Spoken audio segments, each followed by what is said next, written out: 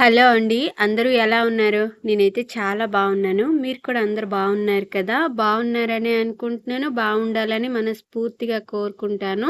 Welcome to my channel కేబిట్టి lifestyle vlogs. నేను మీ భారతిని. ఈరోజు వీడియోలో సండే రోజు తీసిన వీడియో అయితే మీకు చూపిస్తున్నానండి. సండేగా ఏం స్పెషల్ చేసుకున్నాను, ఇంకా సండే అయినా సరే అస్సలు ఖాళీ లేకుండా ఇంట్లో పనులన్నీ ఎలా పూర్తి చేసుకున్నానో ఈ వీడియోలో చూపిస్తున్నాను. వీడియో లాస్ట్ వరకు చూసి మీకు ఈ వీడియో ఎలా అనిపించిందో కామెంట్ చేయండి. వీడియో నచ్చితే లైక్ చేయండి. నా ఛానల్ ఫస్ట్ టైం చూస్తున్నట్టయితే ప్లీజ్ సబ్స్క్రైబ్ చేసుకొని సపోర్ట్ చేయండి. యూట్యూబ్ కొత్తగా ఇచ్చిన హైప్ కూడా ఖచ్చితంగా ఇవ్వండి.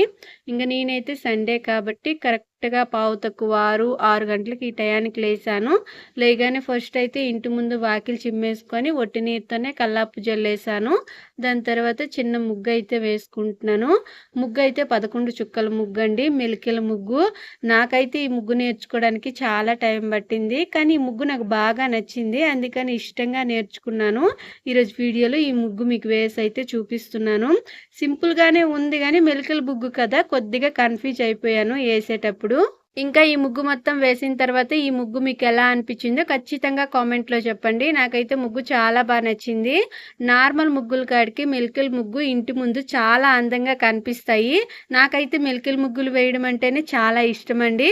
కానీ చెప్పాను కదా, మెలికల ముగ్గులు వేసేటప్పుడు ఖచ్చితంగా బాగా కన్ఫ్యూజ్ అయిపోతాను, అందుకని ఎక్కువగా వేయను. కానీ ఖచ్చితంగా నేర్చుకుందాము అని అనుకుంటున్నాను, ఎందుకంటే వీడియోలో మీకు కూడా చూపించడానికి చాలా బాగుంటాయి మెలికల ముగ్గులు, అందుకని నేర్చుకుందాం అనుకుంటున్నాను.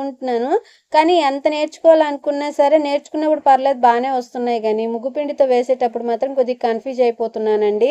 అందుకని ముగ్గు తప్పు వచ్చేస్తూ ఉంది. ఈరోజు నేర్చుకున్న ముగ్గు మాత్రం నేర్చుకున్నప్పుడు బాగానే వచ్చింది, ఇంకా ముగ్గు పిండితో వేసినప్పుడు కూడా చాలా బాగా వచ్చింది.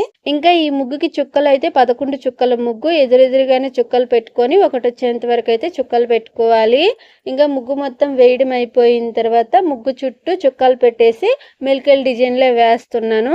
మెలికలు పెట్టి ముగ్గు వేసిన ముగ్గుకి మెలికలు వేసిన డిజైన్లు వేస్తేనే చూడడానికి చాలా అందంగా కనిపిస్తుంది, అందుకని నేను ఇలా సింపుల్గా అయితే ముగ్గు చుట్టూ డిజైన్ వేశాను. ఇంకా ముగ్గంతా కూడా వేయడం అయిపోయిందండి. ముగ్గంతా వేయడం అయిపోయిన తర్వాత చూడండి ముగ్గు అయితే ఇలా వచ్చింది. ఈ ముగ్గు మీకు ఎలా అనిపించిందో ఖచ్చితంగా కామెంట్లో చెప్పండి.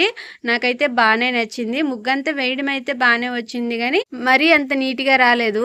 అంటే వేసేటప్పుడు కొద్దిగా వంకగా వచ్చేసినట్టుగా ఉన్నాయి గీతలు. అలా కాకుండా తిన్నగా గీతలు పెట్టి కరెక్ట్గా మెలికలు వేసి ముగ్గు వేస్తే చాలా అందంగా ఉంటుంది. నాకు వేయడం అంత బాగా రాదు కాబట్టి ఇలా వచ్చింది, కానీ ఇంటి ముందు చూడడానికి మాత్రం ఇలా వేసినా సరే చాలా బాగుంది. మీకు ఎలా అనిపించిందో ముగ్గు ఖచ్చితంగా కామెంట్లో చెప్పండి. ఇంకా ముగ్గు వేయడం అయిపోయిన వెంటనే ఇల్లు అయితే ఊడ్చుకుంటున్నాను. కొంతమంది కామెంట్లో చెప్తున్నారు, అక్క మీరు టిఫిన్ చేసి తినేసి దాని తర్వాత ఇల్లు ఊడుస్తున్నారు, అలా ఊడ్చకండి, మీరు వాకిలి చిమ్మేసి కల్లాపు జల్లి ముగ్గు వేసిన వెంటనే ఇల్లు చిమ్మేసుకోండి, ఇలా తెల్లవారి ఇల్లు చిమ్మేసుకోవాలి, అలా ఎండబడిన తర్వాత ఇల్లు చిమ్మకూడదు అనేసి అయితే కామెంట్లో పెడుతున్నారు.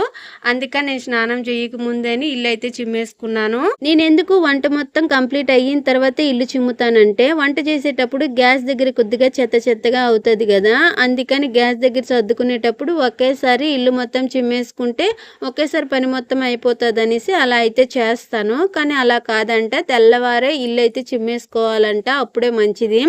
ఇంకా ఇల్లు చిమ్మేసుకున్న తర్వాత స్నానం చేసేసి వచ్చేసి అయితే టిఫిన్ చేస్తున్నాను. టిఫిన్ ఈరోజు అయితే ఇడ్లీయే చేస్తున్నానండి. కరెక్ట్గా 2 వాయిలు అయ్యేటట్టే పిండి అయితే కలిపాను. మరి ఎక్కువ పిండి కలుపుతుంటే మిగిలిపోతుంది, రేపటికి మళ్ళీ ఎక్కువ పులిసిపోతుంది. నేను ఎప్పుడు కూడా ఇడ్లీ పిండి అయితే పక్క రోజు కొంచెం, కానీ దోశ పిండి మాత్రం ఖచ్చితంగా 2 రోజులకు ఒకసారి అయితే రుబ్బుకుంటాను. దోశ పిండి పులిసిపోయినా సరే దోశలు తినడానికి బాగానే ఉంటాయి, కానీ ఇడ్లీ పిండి మరీ పులిసిపోతే తినడానికి అంత టేస్ట్గా ఉండవు కదా, అందుకనేసి ఇడ్లీ పిండి ఏ రోజు ఆ రోజే రుబ్బుకుంటాను. కానీ దోశ పిండి మాత్రం ఖచ్చితంగా 2 రోజులకు సరిపోయేటట్టు అయితే రుబ్బుతాను. ఒకవేళ ఫ్రిడ్జ్ ఉన్నదనుకోండి, దోశ పిండి 4-5 రోజులకు ఒకేసారి రుబ్బుకొని అయితే పెట్టుకుంటారు. ఇడ్లీ పిండి కూడా 3 రోజులు 4 రోజులకు సరిపోయేటట్టు రుబ్బుకొని ఫ్రిడ్జ్లో పెట్టుకుంటారు. అలా వాడుకోవచ్చో లేదో నాకు తెలియదు, కానీ నేనైతే ఇలా చేస్తానన్నమాట. ఇంకా నేను మొన్న రీసెంట్‌గా పెట్టిన వీడియో కింద కొంతమంది అయితే కామెంట్ చేశారు. "అక్క ఎప్పుడు కూడా మీ ఫ్యామిలీ గురించి, నీ వంటల గురించి, నీ పనుల గురించే చెప్తున్నావు గానీ బన్నీ గురించి ఏం చెప్పటం లేదు. బన్నీ గురించి కూడా చెప్పు" అనేసి అయితే అడుగుతున్నారు. బన్నీకి కొద్దిగా హెల్త్ బాగుండదు కదా! అందుకని మళ్ళీ మళ్ళీ దాని గురించి ఎందుకులే చెప్పడం అనేసి అయితే చెప్పటం లేదు అంతేని. కానీ మీరు ఖచ్చితంగా బన్నీ గురించి తెలుసుకోవాలి అని అనుకుంటున్నారు కాబట్టి ఖచ్చితంగా ఇకపై నుండి అయితే ప్రతి వీడియోలో కూడా ఎంతో కొంత బన్నీ గురించి అయితే చెప్తాను. ఇంక ఈ వీడియోలో అయితే బన్నీని చూపించి ఒక క్లిప్ కూడా తీసైతే ఈ వీడియోలో యాడ్ చేయలేదండి. ఎందుకంటే నేను మొన్న తీసిన వీడియో కదా! ఇంక ఈ వీడియోలో అయితే నేను చూపించలేదు. అంటే బన్నీకి అన్నం పెట్టేది గానీ, దాంతో ఆడుకునేది ఇవేవి కూడా వీడియో తీయలేదనమాట. అందుకనేసి ఈ వీడియోల వరకైతే మీకు చూపించటం లేదు. నెక్స్ట్ వీడియో నుండి ఖచ్చితంగా బన్నీని అయితే చూపిస్తాను. ఇంకా బన్నీ ఆరోగ్యం ఎలా ఉంది అని అడుగుతున్నారు కదా! ఒక్కొక్క రోజు ఒక్కొక్కలా ఉంటుందండి. ఒక్కొక్క రోజు బాగుంటుంది. ఒక్కొక్క రోజు అయితే తినటం లేదు. ఒక్కొక్క రోజు తిన్నా సరే ఎక్కడైనా ఒక దగ్గర కక్కేస్తుందనమాట. అంటే దానికి ఫస్ట్ నుండి కూడా హెల్త్ బాలేదు కాబట్టి ఒక్కొక్క రోజు ఒక్కొక్కలా ఉంటుంది. కానీ చాలా వరకు అయితే బాగానే ఉంటుందన్నమాట. ఎప్పుడైనా ఒకసారి అయితే ఇప్పుడు నేను చెప్పినట్టుగా ఉంటుంది. ఇంకా ఇడ్లీ అయిన వెంటనే వేడి వేడిగా ఉన్నప్పుడే మా అత్త మా మావయ్యకి వేసేసి అయితే ఇచ్చేసాను. దాని తర్వాత నేను కూడా తినేసాను. ఇంకా మా ఆయనేమో కరెక్ట్గా 10:30 పావు తక్కువ 11 ఈ టయానికి అయితే డ్యూటీ నుండి అయితే వచ్చారండి. డ్యూటీ నుండి వస్తూ అయితే చికెన్ తీసుకొచ్చారు 1 కిలో దాకా. చికెన్ రేట్ అయితే బాగా పెరిగింది.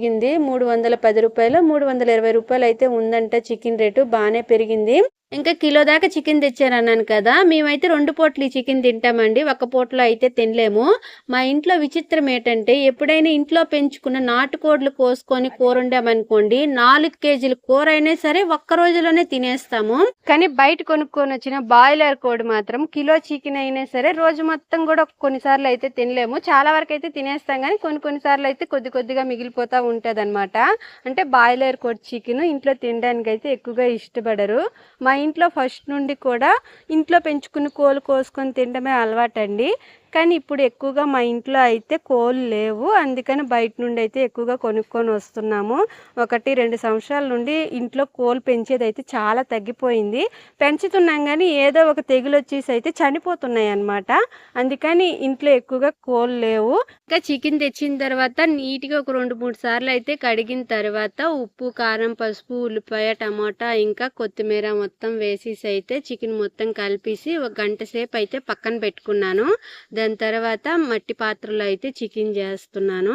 మట్టి పాత్ర పొయ్యి మీద పెట్టిన తర్వాత ఒక 2 టేబుల్ స్పూన్ దాకా ఆయిల్ వేసాను. ఆయిల్ కొద్దిగా వేడయిన తర్వాత కొద్దిగా కరివేపాకు, సన్నగా కట్ చేసుకున్న ఉల్లిపాయ, పచ్చిమిరపకాయ వేసేసి ఇప్పుడు ఈ ఉల్లిపాయ పూర్తిగా కలర్ మారేంత వరకు అయితే వేగించుకుంటున్నాను. కొద్దిగా గోల్డెన్ కలర్ వచ్చేంత వరకు అయితే వేగించుకోవాలి. మట్టి పాత్రలో వండేటప్పుడు ఈ పాత్ర వేడయ్యేంత వరకు అయితే వంట కొద్దిగా లేట్ అవుతుందండి. కానీ పాత్ర ఒక్కసారి బాగా వేడైపోయిన తర్వాత వంట చేయడం అంటే ఉడికిపోవడం చాలా తొందరగా అయిపోతుంది. మూత పెట్టామనుకోండి 5 నిమిషాల్లో అది ఏదైనా సరే ఉడికిపోతుంది. అయితే తాలింపు కూరలు ఇలాంటివి అయితే ఈ మట్టి పాత్రలో చేయడానికి అంత ఎక్కువగా బాగా రాదు. తొందరగా అడుగు మాడుతుంది. మరి మట్టి పాత్ర బాగలేక అడుగు మాడుతుందో లేకపోతే మట్టి పాత్రలో వండితేనే ఇంతేనో నాకు తెలీదు. కానీ నేను తీసుకొచ్చిన ఈ మట్టి పాత్రలో మాత్రం చాలా తొందరగా అడుగు అయితే మాడుతుంది. ఉల్లిపాయ గోల్డెన్ కలర్ వచ్చేంత వరకు వేగించుకున్న తరువాత అప్పటికప్పుడు తయారు చేసుకున్న అల్లం తెల్లుల్లి పేస్ట్ వేసుకొని అల్లం తెల్లుల్లి పేస్ట్ పచ్చి వాసన పోయేంత వరకు వేగించుకున్న తర్వాత కలిపి పెట్టుకున్నాను కదా 1 గంట ముందేని ఆ చికెన్ తీసి అయితే తాలింపులో వేసేసుకున్నాను.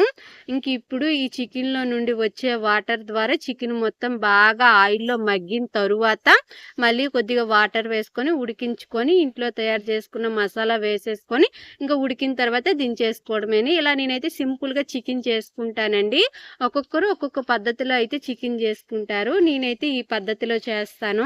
ఇంకొక పక్క అయితే చికెన్ పెట్టాను కదా, ఇంకో పక్క అయితే సంగటి ఈరోజు చేస్తున్నాను. అందుకని గ్యాస్ మీద సంగటి కూడా పెట్టేసుకుంటున్నాను. 1 గంట ముందు బియ్యం కూడా నానబెట్టుకున్నానండి. బియ్యం నానిన తర్వాత ఒక పక్క చికెన్ ఉడకతుంటేనే ఇంకో పక్క అయితే సంగటి పెట్టేసుకున్నాను. కూర వేడివేడిగా ఉన్నప్పుడు సంగటి కూడా అప్పుడే దించింది వేసుకొని తింటే చాలా బాగుంటుంది. కూర వేడిగా ఉన్నప్పుడు సంగటి తింటే ఆ టేస్ట్ వేరేగా ఉంటుంది. కూర బాగా చల్లగా అయిపోయిన తర్వాత సంగటి నంజుకొని తింటే ఆ టేస్ట్ వేరేగా ఉంటుంది. నాకు మాత్రం కూర వేడిగా ఉన్నప్పుడు నంజుకొని తినడానికే సంగటి నచ్చుతుందండి. ఇంకా సంగటికైతే నేను బియ్యం కొలుసుకొని వేసుకున్నాను కదా, బియ్యానికి తగ్గట్టుగా నీరు కూడా కొలుసుకొని అయితే వేసుకుంటాను. నేను 3 గ్లాసుల బియ్యం అయితే తీసుకున్నాను. 3 గ్లాసుల బియ్యానికి 12 గ్లాసుల నీరు అయితే వేసుకున్నాను. అంటే ఒక గ్లాస్కి 4 గ్లాసులు నీరు వేసుకుంటాను అనమాట. నేను సంగటి వరకు అయితే ఎప్పుడైనా సరే రేషన్ బియ్యం వేసుకునే చేసుకుంటాను. అంటే 3 గ్లాసుల బియ్యం తీసుకున్నానని చెప్పాను కదా, 2 గ్లాసుల బియ్యము రేషన్ బియ్యం వేసుకున్నాను. 1 గ్లాసు బియ్యం అయితే బయట కొనుక్కొని తీసుకొచ్చాం కదా, ఆ బియ్యం అయితే వేసుకున్నాను అనమాట. ఇలా అయితే వేసుకుంటాను నేను సంగటికి. ఇంకా చికెన్ బాగా మగ్గిన తర్వాత నేను ఇంట్లో తయారు చేసుకున్న చికెన్ మసాలా అయితే వేసుకుంటున్నాను. మనం ఎప్పుడు చికెన్ చేసుకున్నా సరే ఇంట్లో తయారు చేసుకున్న మసాలా వేసుకుంటే కూర టేస్ట్ చాలా బాగుంటుందండి. నేనైతే కొద్దిగా ధనియాలు, చెక్క, మొగ్గ వేసుకొని బాగా కలర్ మారేంత వరకు వేగించుకున్న తర్వాత మిక్సీలో వేసుకొని కొద్దిగా ఎండు కొబ్బరి వేసుకొని అయితే మెత్తని పొడిలా ఆడించుకుంటాను. ఇవి ఆడించుకునేటప్పుడు కొద్దిగా తెల్లుల్లి కూడా వేసుకోవాలి. ఇంకా మసాలా వేసిన తర్వాత కూర మొత్తానికి మసాలా కలిసేలాగా అయితే కలుపుకున్నాను. ఇంకా కూరలో నేను ఫస్ట్ ఉప్పు కారం వేసుకున్నాను కదా, ఉప్పు కారం కొద్దిగా తగ్గింది, అందుకని కొద్దిగా ఉప్పు కొద్దిగా కారం వేసుకున్నాను. మళ్ళీ కూర అంతా ఒకసారి కలుపుకున్న తర్వాత చికెన్ ఉడకడానికి తగ్గట్టుగా నీరు అయితే వేసుకుంటున్నాను. చికెన్ ఆల్మోస్ట్ ఒక 70% అయితే ఉడికిపోయిందండి. అంటే చికెన్ లో ఉండే వాటర్ తోనే చికెన్ అయితే 70% అయితే ఉడికిపోయింది. ఇంకొద్దిగా ఉడికేది ఉన్నది కాబట్టి కొద్దిగా వాటర్ వేసి అయితే ఉడికిస్తున్నాను. ఇంకా మసాలా వేసాను కాబట్టి మసాలా మొత్తం చికెన్ కి బాగా పట్టాలంటే నీరు కొద్దిగా వేసి ఒక 5 నిమిషాలైనా ఉడికించాలి. ఇంకా చికెన్ మొత్తం ఉడికిన తర్వాత ఇగోండి చికెన్ అయితే ఇలా ఉంది. నేను రాగి సంగటి చేస్తున్నాను కాబట్టి గ్రేవీ అయితే కొద్దిగా ఎక్కువగానే ఉంచాను. మరి గ్రేవీ చిక్కగా ఉందనుకోండి రాగి సంగటి అద్దుకొని తినడానికి అంత బాగుండదు, అందుకని గ్రేవీ కొద్దిగా ఎక్కువగానే ఉంచాను. ఇంకా చికెన్ వండడం అయ్యేలోపు రాగి సంగటి కూడా ఉడికిపోయింది. రాగిపిండి వేసేదైతే వీడియో క్లిప్ మిస్ అయిపోయిందండి, మర్చిపోయాను. వీడియో తీయనే లేదో లేకపోతే వీడియో క్లిప్ తీసిన తర్వాత ఎలానో డిలీట్ అయిపోయిందో తెలియదు కానీ వీడియో క్లిప్ అయితే మిస్ అయిపోయింది. ఇంకా నేనైతే అన్నం మొత్తం ఆల్మోస్ట్ ఉడికిపోయింది, ఇంకా దించేస్తాము అనే టైంలోనే లాస్ట్లో అయితే రాగిపిండి వేస్తాను. రాగిపిండి వేసిన తర్వాత ఒక 10 నిమిషాలు మూత పెట్టేసి అయితే ఉడికించుకుంటాను. దాని తర్వాత రాగిపిండి మొత్తం అన్నానికి మొత్తం బాగా కలిసేలాగైతే తెడ్డితో కలుపుకుంటాను అనమాట. తెడ్డితో కలుపుకునేటప్పుడు నీట్గా లేకపోతే రాగిపిండి ముద్దల్లా అక్కడక్కడ ఉండిపోతుంది. లేకపోతే రాగిపిండి అన్నానికి సరిగ్గా కలవకుండా కొద్దిగా అన్నానికి రాగిపిండి కలిసి కొద్దిగా అన్నానికి రాగిపిండి కలవకుండా ఇలా అయితే ఉంటది. అందుకని రాగిపిండి వేసిన తర్వాత బాగా కలుపుకోవాలన్నమాట. నేనైతే ఎక్కువగా తెడ్డుతోనే కలుపుతానండి. కొంతమంది గరిటితో కూడా కలిపేస్తారు. గరిటితో కలిపేటప్పుడు ఇంకొద్దిగా ఎక్కువసేపు అయితే కలపాలి, అప్పుడే రాగిపిండి మొత్తానికి కలుస్తుంది.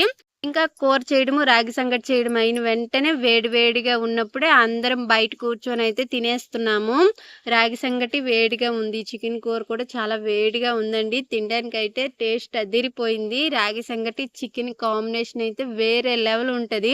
నాకు దేంతోని కూడా రాగి సంగటి పెద్దగా తినాలి అని అనిపించేది కానీ చికెన్తో అయితే చాలా ఇష్టము, తింటాను. ఇంకా అందరం కలిసి ఒకే దగ్గర కూర్చొని అయితే తింటున్నాము. మా అత్త, మా మావయ్య, నేను, మా ఆయన, బాబు అందరం కలిసి అయితే ఒకే దగ్గర కూర్చొని తింటున్నాము. మావయ్య కొద్దిగా ముందుకు కూర్చోన్నారు, స్టూల్ వేసుకొని కుర్చీ మీద కూర్చొని తింటారు కాబట్టి ఇంకా వీడియో కవర్ చేయడానికి అయితే అంత వీలు కాలేదు. అందుకని మా ముగ్గురం కనిపించేటట్టు మాత్రమే వీడియో అయితే కవర్ చేశాను. ఇంకా తినడం అయిపోయిన తర్వాత గిన్నెలన్నీ కూడా తొట్టి దగ్గర వేసుకొని అయితే దోముకుంటున్నాను. రాత్రి గిన్నెలు రాత్రే దోమేశాను. తెల్లవారులు వేసి టిఫిన్ చేసేది మిగతా వంట మొత్తం చేసేటప్పుడు అయిన గిన్నెలు మాత్రమే ఇప్పుడైతే దోముతున్నాను. నేను గిన్నెలు దోమేటప్పటికి టైం అయితే 1:30 పావుతక్కువ 2 ఇంత అయితే టైం అయిపోయిందండి. అంటే మొత్తం పని అంతా చేసేటప్పటికి ఈ టైం అయిపోయింది. మా బాబు స్కూల్కి వెళ్ళేటప్పుడు నా ఇంట్లో పనులు చాలా తొందరగా అయిపోతాయి. కరెక్ట్గా 10-11 లోపు ఇంట్లో పనులల్లో అయిపోతాయి. కానీ వాడి ఇంటికాడ ఉన్నప్పుడు మాత్రం నాకు పని మొత్తం కంప్లీట్ అయ్యేటప్పటికి ఎలాగలేదన్నా సరే 2, 2:30, 3 ఈ టైం కూడా అయిపోతుంది. ఎందుకో నాకు అర్థం కాదు. బాబు ఇంటికాడ ఉన్నప్పుడు వాడి పని ఎంత ఉంటుందో స్కూల్కి వెళ్ళినప్పుడు కూడా నాకు వాడి పని అంతే ఉంటది. వాడి ఇంటికాడ ఉన్నప్పుడు వాడి పని మొత్తం నేను చూసేసి దాని తర్వాత వాళ్ళ తాత వాళ్ళ నాన్నమ్మకి ఇచ్చేసాను అనుకో, వాడిని వాళ్ళే రోజంతా వాడిని చూసుకుంటారు. నా దగ్గర చాలా తక్కువ టైమే ఉంటాడండి, ఎందుకంటే నేను ఎప్పుడు కూడా ఏదో ఒక పని చేసుకుంటా ఉంటాను కాబట్టి ఎక్కువగా వాళ్ళ తాత వాళ్ళ నాన్నమ్మే బాబునైతే ఎక్కువగా చూసుకుంటారు. అయితే వాడికి బ్రష్ చేపిచ్చేది, స్నానం చేపిచ్చేది, తినిపిచ్చేది ఇవన్నీ కూడా నేనే చేస్తాను. ఇంకా వాడి ఇంటికాడ ఉన్నాడనుకోండి, నేను ఏ పని చేసినా సరే కొద్దిసేపైనా నా దగ్గర ఆడుకొని దాని తర్వాత వాళ్ళ తాత, వాళ్ళ నాన్నమ్మ దగ్గరికైతే ఎళ్ళిపోతాడు. అయినా సరే నేను పని చేసుకునే దగ్గర మాత్రం నన్ను విసిగించడండి. నా దగ్గరకొచ్చి ఆడుకుంటాడనమాట. వాడుండడం వల్ల నాకు పని దగ్గర మాత్రం పెద్దగా ఇబ్బందుండదు. కానీ ఎందుకో పనైతే లేట్ అయిపోతది. ఇంకా గిన్నెలన్నీ దోమేయడం అయిపోయిన తర్వాత కొద్దిగా బట్టలున్నాయి. ఆ బట్టలైతే ఉతుక్కుంటున్నాను. గిన్నెలు దోమేటప్పటికే నీరైతే ఆగిపోయాయండి. ఇంకా మళ్ళీ తొట్టికి పట్టడానికి కూడా నీరు రాలేదనమాట. అందుకని తొట్టిలో నీరైతే లేవు. ఇప్పుడు ఈ బట్టలు ఉతికేసిన తర్వాత బట్టలు జాడించుకునేటప్పుడు బోర్‌లో నీరు కొట్టుకొని అయితే జాడించుకోవాలి.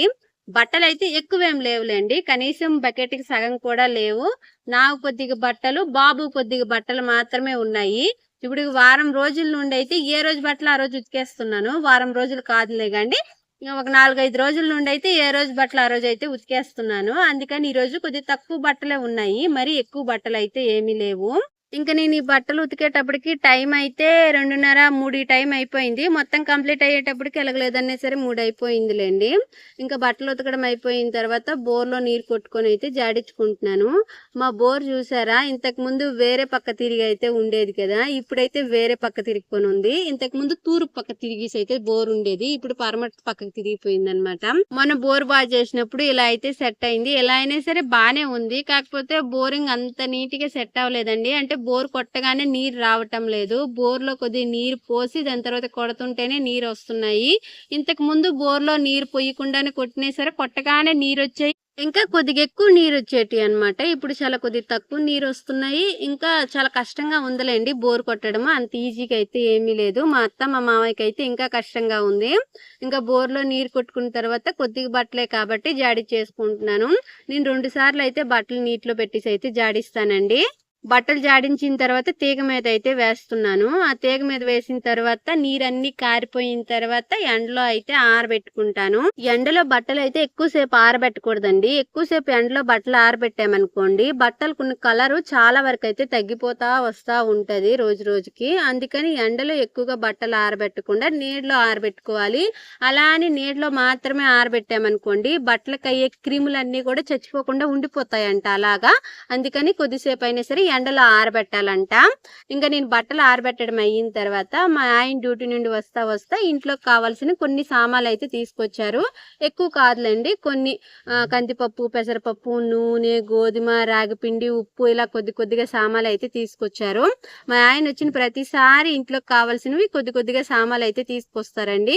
అన్నీ ఒకేసారి తేవాలంటే కొద్దిగా ఎక్కువ బడ్జెట్ అవుతుంది కదా, అందుకని ఇలా కొద్దిగా అయితే తీసుకొచ్చుకుంటాము. ఇప్పుడు తెచ్చిన సామాన్లన్నీ కూడా ప్యాకింగ్ తోనే ఉన్నాయి కాబట్టి అవేమి వాడకుండా బకెట్ లో వేసేసి అయితే ఉంచేసాను. ఇప్పుడు ప్రస్తుతానికి ఇంట్లో వాడుకునేటి కొద్దిగా ఉన్నాయి. అవి అయిపోయిన తర్వాత ఆ డబ్బాల్లో ఇవి చింపేసి అయితే వేసుకుంటాను. ఇంకా మడత పెట్టాల్సిన కొన్ని బట్టలు అయితే ఉన్నాయి. అవన్నీ కూడా మంచం మీద వేసేసి అయితే మడత పెట్టుకుంటున్నాను. ఈ బట్టలు నిన్న మొన్న ఉతికిన బట్టలు. మొన్నటి నుంచి అయితే బట్టలు ఉతికేస్తున్నాను, ఆరబెట్టేసి తీసుకొచ్చి కుర్చీ మీద అయితే వేసేస్తున్నాను. ఇంక ఈరోజు మరి కొద్దిగా ఎక్కువగా అయిపోయాయి అనేసి అన్ని ఒకేసారి అయితే మడత పెట్టుకుంటున్నాను. ఈ రోజు ఉతికిన బట్టలు ఇంకా ఆరలేదు, అవైతే బయటే ఉన్నాయి. ఇంకా మా బట్టలన్నీ కూడా మడత పెట్టేసి తీగ మీద వేస్తాం కదా. ఒకరు ఇద్దరు కామెంట్లు అయితే, అక్క బట్టలు మడత పెట్టి పెట్టుకునేదానికి ఆన్లైన్లో షెల్ఫ్ లాంటివి ఏవో ర్యాకులు లాంటివి ఏవో దొరుకుతాయి, అవి తీసుకోండి, వాటిలో బట్టలు పెట్టుకుంటే చూడడానికి ఇంకా అందంగా ఉంటాయి అనేసి అయితే కామెంట్ చేశారు. ఖచ్చితంగా కొనుక్కోవాలండి. ఎందుకంటే మా ఇంట్లో ఇంకో పక్క అయితే బట్టలన్నీ వేసే దగ్గర చూడడానికి అంత బాగుండటం లేదు. ఇలాంటివి ఏవైనా సెల్ఫ్లు లాంటివి లేకపోతే ఏవైనా ర్యాకులు లాంటివి ఉంటేనే బట్టలు పెట్టుకోవడానికి బాగుంటది. కానీ కొద్దిగా టైం పడుతుంది. ఇప్పుడే కొద్దిగా టైం పడుతుంది. ఇంకా నేను ఈ బట్టలన్నీ మడత పెట్టేసిన తర్వాత ఒక గంటన్నర సేపు అయితే రెస్ట్ తీసుకున్నాను. ఎక్కువసేపు కాదులేండి. దాని తర్వాత మళ్ళీ సాయంకాలం పనులు ఉంటాయి కదా, అవైతే చేసుకున్నాను. సాయంకాలం పనులు అంటే మళ్ళీ వాకిలి చిమ్మేది, ఇల్లు చిమ్మేది, వంట పని అయితే ఏమీ లేదులేండి. సాయంకాలం వరకు కొద్దిగా రసం పెట్టాలి. మధ్యాహ్నం చేసిన చికెన్ అయితే రాత్రికి ఉంటుంది. మేము మధ్యాహ్నం వండుకున్న కూరని రాత్రికి ఉంటే అదే సరిపెట్టుకుంటాము. ఒకవేళ ఆ కూర లేకపోతే నేను రాత్రికి ఏదైనా కూర అయితే చేస్తానన్నమాట. ఇంకా మా కోడి పుంజి చూడండి. చూడడానికి బావుంది కదా! ఇంట్లో అయితే కరెక్ట్‌గా 2 పుంజులే ఉన్నాయండి. ఇంతకు ముందయితే ఇంట్లో ఒక 5, 6 పుంజులైనా, ఒక 10 పుంజుల దాకైనా ఉండేది. పండగొస్తే చాలు ఎంతమంది మా ఇంటికి కోళ్ళు కొనడానికొచ్చేవాళ్ళో, మా ఇంట్లో కోళ్ళు కొనేదానికి చాలా ఇష్టపడేవాళ్ళండి. కోళ్ళు మా ఇంట్లో చాలా బావుంటాయి. కానీ 2 సంవత్సరాల నుండి అస్సలు కోళ్ళ ద్వారా అయితే ఏమీ కలిసి రావటం లేదు. ఎందుకో అర్థం గావటం లేదు. బాగా చిన్నగా ఉన్నప్పుడు కోళ్ళు చనిపోతే అంత బాధ అనిపించవండి. ఇప్పుడు నేను మీకు చూపించాను కదా పెద్ద పుంజు, అంత పెద్దవైపోయి ఏవో ఒక తెగుళ్ళొచ్చేసో, లేకపోతే కుక్కలు పట్టుకొని వెళ్ళిపోవడమో, ఇలా ఏదో ఒకటి అయితే చనిపోతున్నాయి. అందువల్ల మాకు చాలా ఎక్కువగా బాధ అనిపిస్తుందండి. ఇంకా కోళ్ళు పెంచాలన్నా సరే ఇంట్రెస్ట్ రావటం లేదు. ఇంక ఈ వీడియో అయితే ఇంతేనండి. మీ అందరికి ఈ వీడియో నచ్చిందని అనుకుంటున్నాను. వీడియో నచ్చుంటే ఖచ్చితంగా లైక్ చేయండి. నా ఛానల్ ఫస్ట్ టైం చూస్తున్నట్టయితే ప్లీజ్ సబ్స్క్రైబ్ చేసుకొని బెల్ ఐకాన్ని ఆన్లో పెట్టుకోండి. ఇంకా యూట్యూబ్ కొత్తగా ఇచ్చిన హైప్ కూడా ఖచ్చితంగా ఇవ్వండి. అందరూ బాగుండాలి, అందులో నేనుండాలని మనస్ఫూర్తిగా కోరుకుంటాను. Thank you friends. ఆరోగ్యం జాగ్రత్తగా చూసుకోండి. Bye bye.